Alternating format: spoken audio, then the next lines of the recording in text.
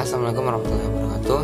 Perkenalkan, nama saya Arman Arif dengan NIM 21234043 dari Program Studi Perpustakaan dan Ilmu Informasi.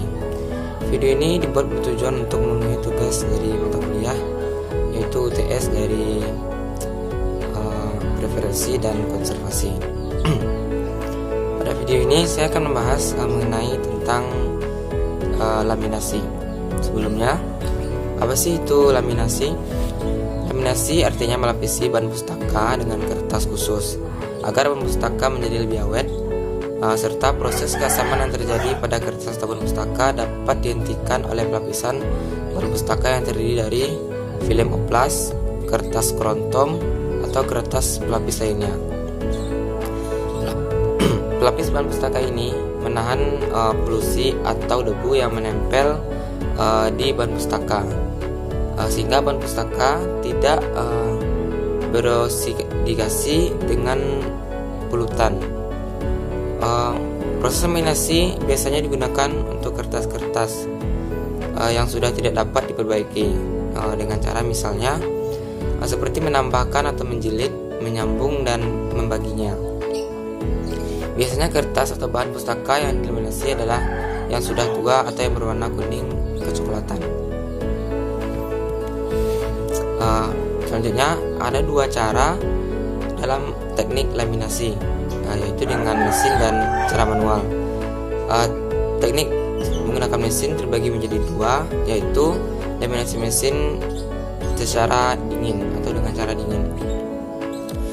Laminasi mesin dengan cara dingin ini merupakan melapisi kedua sisi kertas dengan bahan yang disebut dengan film oplas. Film ini diimpor dari Jerman. Film ini mengandung lem dan dapat dibuka kembali dengan cara membasahinya dengan air. Dua roll film oplas kita pasang pada sebuah mesin penggerak di atas dan di bawah bahan pustaka. Petugas laminasi memasukkan kertas yang akan dilaminasi di antara kedua film oplas tersebut, seperti kalau kita memasukkan kertas yang akan dikirim melalui fake smile atau mesin pembuat transparansi untuk OHP. Dua roll film oplas ini bertemu dengan permukaan kertas yang akan dilaminasi, seolah kedua film tersebut menelan bahan pustaka penting tadi dan memuntahkannya di bagian belakang mesin yang bergandengan antara satu bahan pustaka dengan lainnya. Kemudian dipotong satu persatu atau dijilid kembali, atau juga disusun menurut nomor berurutan sesuai dengan aslinya.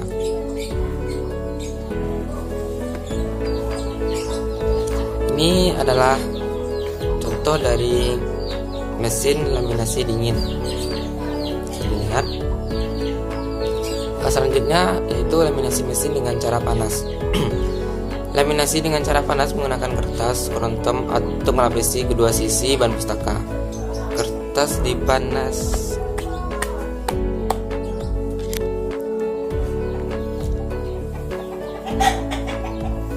Baiklah, selanjutnya teknik yang kedua yaitu laminasi mesin dengan cara panas. Laminasi dengan cara panas menggunakan kertas kerontong untuk melapisi kedua sisi bahan pustaka. Kertas dipanaskan antara suhu 70 derajat sampai 90 derajat Celcius agar kertas kerontong tersebut dapat menempel pada bahan pustaka. Cara kerjanya juga sama seperti cara dingin, hanya kalau pelapisnya mau dilepaskan dari bahan pustaka, kita bisa menggunakan ASEAN dan bahan pustaka lainnya bisa kita dapatkan kembali. Dalam laminasi bahan pustaka kita tidak boleh sembarangan, harus dipikirkan bagaimana caranya agar bahan pustaka tidak rusak oleh bahan pelapis.